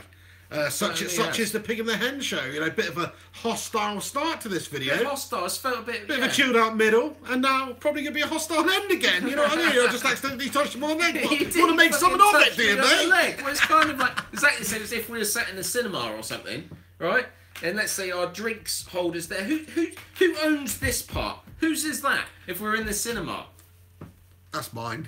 Well, what about that I'm one like then? this. No, I'm like fucking this. I get both of them. Do you do that? I do that, mate. 100%. Well, so if you sat next to two strangers, you just nip yes, both fucking arms. I try to. Or I try to have at least two get... Pepsis in each of the cup holders. I'm just talking about the arms, mate, not the drinks. Popcorn in that one, and drink in that one. You can only claim one, can't you? That's the thing. So which one do you claim then? Whichever one's not taken? No, or do you think it should be the one on your right or left? You've got to look at the sequencing, mate. If the entry to the aisle has the cup holder on the right, then you know the right one on your seat, whichever seat that is going to be yours. If it's on the left side, it's going to be on the left of your seat, and it'll be at the end of the wall. Would you say to someone that was taking up your arm? I say, yeah, can I have my fucking armrest, please, mate? You wouldn't say it like that. This is my armrest. You wouldn't say it like that. Look at the sequencing. I'd say, oi, gaze, look at the sequencing here. Your left armrest is yours. The right armrest is mine, my left. That's how it goes, pal. Get off my poxy armrest. You wouldn't be that hard. You wouldn't be like that. You'd shit yourself. You wouldn't say nothing. You'd probably leave shit myself, would I? Fucking hell, he's on. I ain't watching this. I go, excuse me, do you think I could just use that? No, okay. I definitely wouldn't, mate. It depends entirely who it was. So Have you seen the new... You don't like Star Wars, You sat next to Cain Velasquez, I'm probably not going to be too bothered about the fucking armrest. Do you know what I mean? You don't like Star Wars, Sat next to this guy. You don't like Star Wars, Get off my armrest. You don't like... I'm trying to ask you a question. Do I like Star Wars? Do you like Star Wars? Yeah, I don't mind it. I'm not a huge super fan. You haven't gone to see the new one, have you? I haven't gone to see it. I was thinking of going to see it. I might go see it. I saw Rogue Try out One. the Is it Rogue armrest One? Stuff. Rogue One? Oh, okay. The most recent quite modern interesting. one, yeah. I went to the cinema. Yeah. Yeah, it's pretty decent. Yeah, not bad. Not bad. Basically, just a new hope all Have over you been again. following the tennis at all? No. Australian Open. I Do you saw know some Djokovic geezer is knock out? Djokovic out. Yeah. Did you know where that geezer was from? Greece. No. Australia. No. Korea. Yes. It's Korean, South mate. Korean. Fair Not play to him. bad. Yes, Fair I play to him. did. I did hear about that. Glenn from The Apparently- Walking Dead back to get you, isn't Was it? it South Korea then? Yes, of course it was. Yeah. Yeah. So Well, it could have been North Korea. that's a to be bit of fair. a statement, wasn't it? But no, they Okay, don't generally let their people out. Well, there was a footballer apparently. Someone's interested in North Korea. In fact, Tottenham Hotspur have been looking at a North Korean football player that currently plays somewhere or other. So that's In North interesting. Korea, I didn't is think it? that's- No, somewhere else. Oh, somewhere nice, else, nice. actually. But anyway, no, I did hear about that. Apparently, it was an amazing performance against Djokovic. And also the Well, British so- number 2. Is it Edmonds? I think I don't even know who he is because all we hear about this country is Andy Murray, isn't it? But Andy Murray's obviously out at the moment with a hip issue. Is he And still I think it's Edwards or Edmonds. I don't know who this person that is. has won, and he's done. It's the furthest he's ever got in a Grand Slam. So he's the guy that we need to be getting Nice. Let's get behind him. Tell me this though: is he English or is he a sweaty jock? Well, I don't know. You tell me.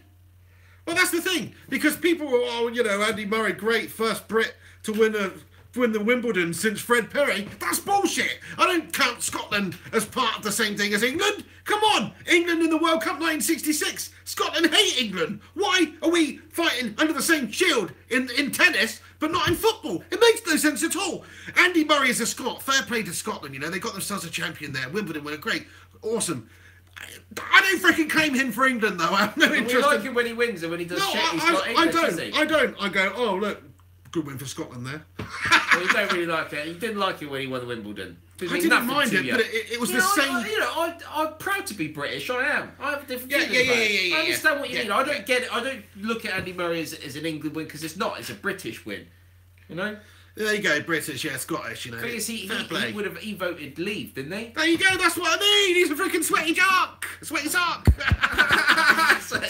some random human comments. Edmund was actually born in South Africa. Oh, was he? No. Oh, fuck it, he's representing us, isn't it? Fuck it. Who's that other one? Johanna Conte we've just claimed. It's like she's born in Australia. No, fuck She's her. born in Australia. Now she's British now. That's bullshit, isn't it? How can they do that? It makes no sense. But anyway, we've claimed it. Also, do you remember Greg Rosensky? Now we're talking tennis back in the day. Canadian geese. He's freaking Canadian. The only real English ones we had are Tim Henman, the absolute Robinson-sponsored butler. Best he ever did was semi-final Wimbledon. Absolute bottle job himself, almost as much as a bottler as Jimmy White in snooker, who was an absolute legend. But Tim Henman, what a bottle job. You know, so really, England haven't had a great tennis player since what? Since Fred Perry, man. That's the last bloke who won it, so... You know, I'm passionate about this because I think Andy Murray's not English, is he? It means nothing to me that he's won. Fair enough, he's doing it under the Union Jack, which of course unites the different territories of the United Kingdom there. I understand that, but football, England, Scotland, Wales, Northern Ireland, we're separate. It doesn't make sense to me that for tennis some is sports different though. Tennis is kind of like, it's an individual sport. It's not a team sport, is it? So Andy Murray is just Andy Murray. Yes, he's flying the flag of Britain, but basically it's just about fucking him, isn't it? Me, Andy, me, Murray, look at me. Sports nominee of the year, sports personality of the year, Wimbledon winner of the year. Isn't it? That's what it's about. That's another thing. How the fuck can you make Andy Murray your sports personality of the year? I know. He's got no personality. Well, he's alright. He's not that bad. He doesn't even smile when he wins. I've just won Wimbledon. Yeah, it's alright, yeah. Fuck off, Andy Murray, do you know? That really annoys me. There's just no sort of charisma, no personality there. And, okay, sporting achievement of the year. For a Brit to win Wimbledon, nice one, Andy. Quality, you deserve to win that, pal. But not sporting personality of the year. Should go to somebody else, 100%. You know, there's so many much better personalities in sport, and that's what we should be celebrating in that particular award. That's what I'm saying. There we go. Right, yeah, well, you know. I think that's about it. Pochettino's got more personality than Andy Murray. We're not going to have any material for the classic Wednesday Night Picking the Hen show. I don't even know if it's going to happen tomorrow night. We don't need material. What are we going to talk about? We're done. I can't even bear... You know, I'm already done with you. Fucking I have to see you again tomorrow. Jesus. I think we should maybe just leave it until the United Spurs game. No, seriously, we're going to do one tomorrow, mate. We've got to let the people know. Yeah, well, I guess so, yeah. Anyway, should we wrap it up there? Tottenham United. Remember, Tottenham United. Next Wednesday. That's the one you need to be tuning in for. Oh, yeah. That's the one where the fireworks are going to happen. Oh, yeah, and it should be a really good game. You know, who's to say what's going to happen in that game? I'd love to sit here and say, oh, Manchester United... We need to get a good stream about it. Let's get premium... You know, we need to be watching the game. Oh, 100%. Yeah? Oh, 100%. Watching the game properly. Definitely. Anyway, we will wrap it up there, because it's getting to that sort of time. We're going to do a comment section? Comment section? Go on, then. Comments Go on, good enough? 5 minutes, question and answer. Let's see what we've got here. Just want to say as well to everybody who has commented, we've been reading along, trying to talk about the different topics that you guys have brought up, and thank you very much for getting involved. Really appreciate you watching and you know, interacting with us on the channel, so thanks very much. Keep doing that. Do us a favour right now, chuck a like on this video, and let's just start off with Peter van der Loo. Van der Loo, he must be a Dutch person in the house. How's it going? He says, thanks, gents. Looking forward to tomorrow's show. Thank you very much, Peter. Van der Loo, I hope you're a football player, because all those Van der somethings, they're always good, aren't they? Van der Sar, Van der Vaart, Van der Loo. Van der Loo. That's what I'm talking about. Yeah, that's right. Me, nan, me gran, me dad, and Peter van der Loo. Peter van der Loo's in the house. What a name that is! Yeah. Peter van der Loo, you know? Yeah. What does he do? He drives a van to the loo. Don't even know. Jamie Ralston, get Henry some Holston pills for tomorrow's show. I might need some drinks. Yeah, if I could just put up some with drinks. you. I might have to get a couple of beers in as well, a couple of Coronas, bit of lime. That's how I do it. None of this Holston pills malarkey. Comment for you here from Jamie White. Jamie White, thank you for your comment. He says, Henry, how long have you been a Spurs fan? Same goes to you, Pig. Well, I haven't been a Spurs fan for very long, mate, to be honest. He says, just hit the thumbs up button as always. How long have I been a Spurs fan? Well, I've been a Spurs fan since I remember. basically, there's no. I don't have any family that supports Spurs. My dad's actually a Southampton fan.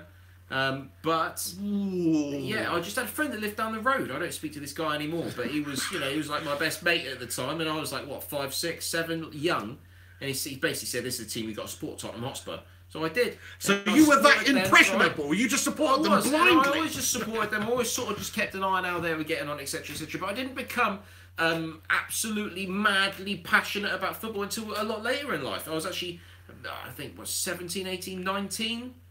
It's 2008, so you can work it out for yourself. So I'm 30 years old now, all right? So work it out for yourself. 2008. It's not that long ago, is it? Really? Right, we won the cup, the League Cup, the Carling Cup.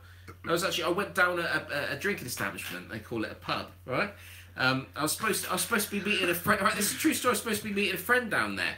Who didn't show. I got stitched up. I was supposed to be, when you're a young lad, like 18, 19, first few times that you've been out, socialising, drinking, you're expecting your friend to turn up. No show. I was thinking, fuck's sake, this is shit, right? Get myself a pint in. Game's on anyway, so I'm thinking, right, got to watch the game. And then I just absolutely fell in love with it. Jonathan Woodgate with the header to win it in extra time. Juan de Ramos's Tottenham Hotspur to lift the Carling Cup. 2008, that's what it was about. And then after that, absolutely hooked. I was just reading about every player, where they were born, their date of births. I fucking knew it all. I was just absorbing this football information, this Tottenham Hotspur information, and become, a massive Fair fan. Play, mate. And that's quite interesting. So a bit later, in terms of fanatically than most people of our age, but fair play to you. Got there in the end. And now you're pretty damn intense, aren't you? There we go. But yeah, to answer your question, for me, I've always been a Manchester United fan as long as I can remember. My parents are from that area, and they're both Manchester United fans. My older brother's a Manchester United fan. Uncle's a Manchester United fan. He used to take his lads to Old Trafford every single week when Georgie Best used to play.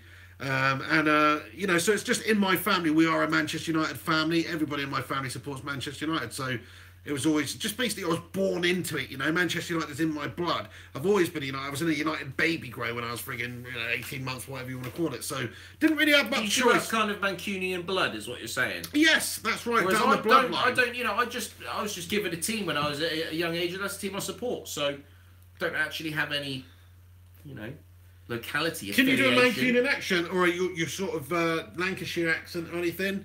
From Manchester. Yeah, that's the sort of dirty, Manchester. That's the sort of dirty Liam Gallagher type, isn't it? Mad for it, mate, from Manchester, mate. That's the dirty mank. Manchester.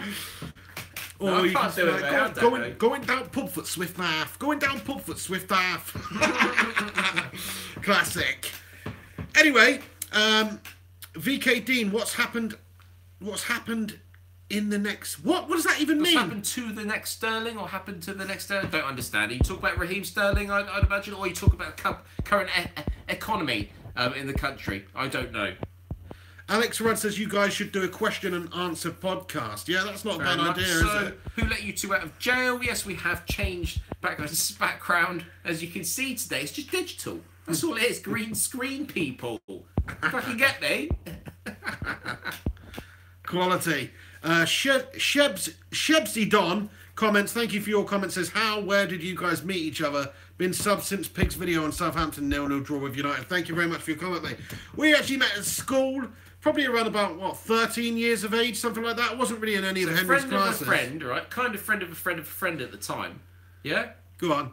Wasn't it? But basically, how our kind of friendship began... And I wouldn't say it was so much a friendship, but like a civil kind of acquaintance, right? Is that a thing, right? Where you used to, for whatever reason, either already have had your lunch or your break time food, right? This is true. This is true. This is actually true. This is fucking true. So I don't know if you'd eaten or not, but you always break time in the canteen. Sort of, almost banterily.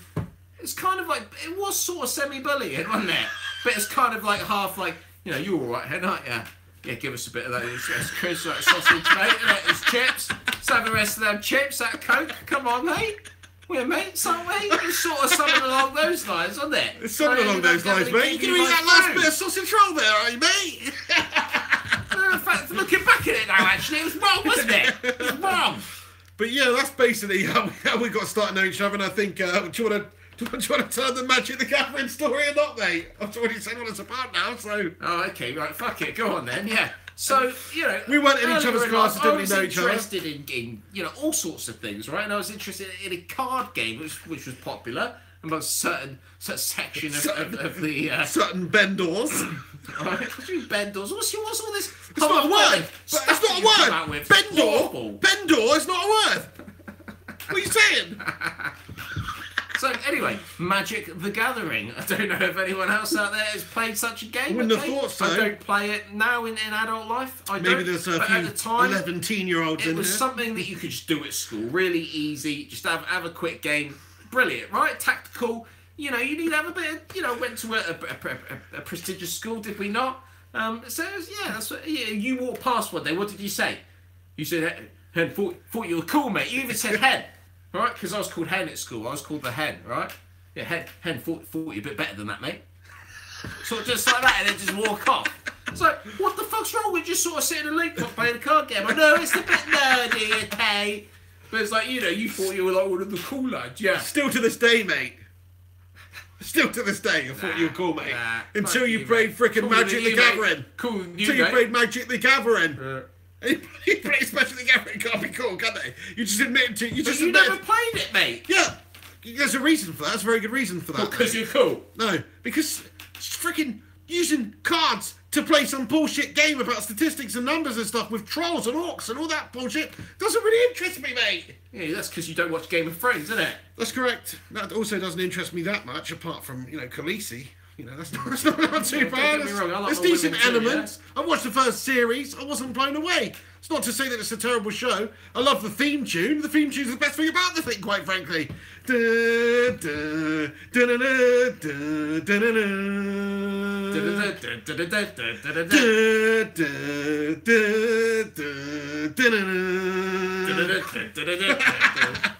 It's pretty epic, but other than that, it's a bang average show. Talk about theme tunes.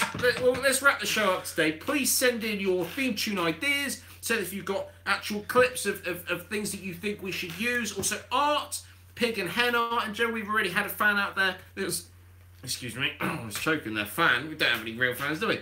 Well, you say that, but someone out there, an acquaintance, a civil acquaintance. But Kenneth Weru, all the way from Kenya, Africa, says watching you guys from Kenya. Continue with the great video. Far out. Hope you are. Thank you very much, Kenneth. It's not the African Cup of Nations, but there is another African tournament currently going on in Africa at the moment. I think it's African players that don't play outside of. I'm not sure. There's another tournament out there, so hopefully that's interesting. But it's not the Cup of Nations. What's happened to the Cup of Nations? Why are not all the African players going off to the Cup of Nations for this time of year? Like I remember, usually it's like Zaha and stuff all have to go. Isn't it every couple of years? Oh, is that why? Is it every year? Oh, I can't remember. I don't know. Is it not like every few years? Is it not I think it's like the European Championships. No, maybe I could be wrong. Yeah, I don't know. But anyway, let's wrap it up there. Thank you ever so much for tuning into the Pig and the Hen show on a Tuesday night for a change this time around. Just thought we'd get an extra one in there. We should be going ahead with the normal Wednesday podcast on the Wednesday about 8:30 p.m. starting. So make sure you come back tomorrow night. Keep an eye out on the channel for the Pig and the Hen show live stream, which will be taking place then. And as Henry alluded to earlier, of course, the big game coming up, Manchester United versus Spurs. Next Wednesday will be a huge night for us. We're going to have to do some special stuff for that. We're going to have to do some special music, stuff bells, whistles, everything. That's it. It's going to be an interesting time. And Spurs are getting absolutely battered out. Yeah? Spurs are getting battered. Nah, I don't know. I think we'll have you this time. I'd love it. I'd love it if we had you. So everybody who's been watching all around the world, we've got another lad here, Champs for Show 1. Good day, mates, from Chicago. He's all the way from Illinois over in the United States. Accept Skype calls. We will be accepting Skype calls as soon as we have the correct equipment. Is that correct? That's correct. To be able to do it. To be able to do it to a good enough standard. We don't want no issues, no stream buckling, that sort of stuff. It's not good enough. Last question. We need to get to a top left stat, right? The number that's shown, is that the amount of people that are currently watching? It is, yeah. So if it's slowly going down the longer that we're talking, that's correct. That's not good. That's not good. No, it was. It hit a peak. We're shit then, aren't we? We've failed. We have failed. I think people are just busy doing it's other still stuff, down. mate. People are dropping off, mate. People are dropping off. They're dropping like flies. They're dropping like flies. Anyway, it's just time to wrap it still up. have a respectable number on the scoreboard. That's right. Thank you so much for tuning in to the Pig and the Hen Show. I've been the pig. I've been the hen. We should definitely just quit doing that That's sign-off, the last mate. time ever on that one. What are you? What are we? A couple of Bendors? Right, well, thank you very much for tuning in to the Pig and the Hen Show on the Flying Pig United YouTube channel. Do us a favour, like, subscribe, comment, follow us on social media, Henry_Hotspur and Mr. Flying Pig HD. Come and check us out. Make sure you tune in every Wednesday night to the Pig and the Hen Show on the YouTube channel for a live stream show that we're going to be doing every single Wednesday, trying to bring you, banterous podcasts, informative podcasts, insulting podcasts, whatever your poison, derogatory, controversial, homophobic, you name it. We're banned soon. Not Enjoy homophobic. it whilst it lasts. Yeah, we'll be banned soon. Go, and then we'll be off playing Magic the Gathering. And you will be anyway, mate. I'll be stood in the corner laughing at you. Have a good evening, morning, afternoon, wherever it is to you. Have a good one. Wherever you are in the world. Thanks for tuning in. Also, you can check out the audio version of this, which is the podcast, which is available on soundcloud.com/MrFlyingPigHD. Also, the iTunes and the podcast app. You can go and subscribe over there. Just search Pig and the Hen Show or Mr. Flying PhD's Pigcast podcast, and it will come up with it. Leave a 5-star rating if you're that way inclined. It'd be much appreciated, in fact, if you could do that. Hell, leave a review. Leave a nice positive review for me to read. It makes Henry's day when you do that. Thanks for watching once again. We'll see you tomorrow night on the channel for another textbook Pig and the Hen Show. Did you fart? I fucking didn't, mate. You fucking did, I didn't, you? mate. Oh, I'll soon smell it. I think it was you speaking, mate. Anyway, thanks for tuning in. We'll see you soon. Take it easy. Come on, United. And have yourselves a good one. See ya. See you later on.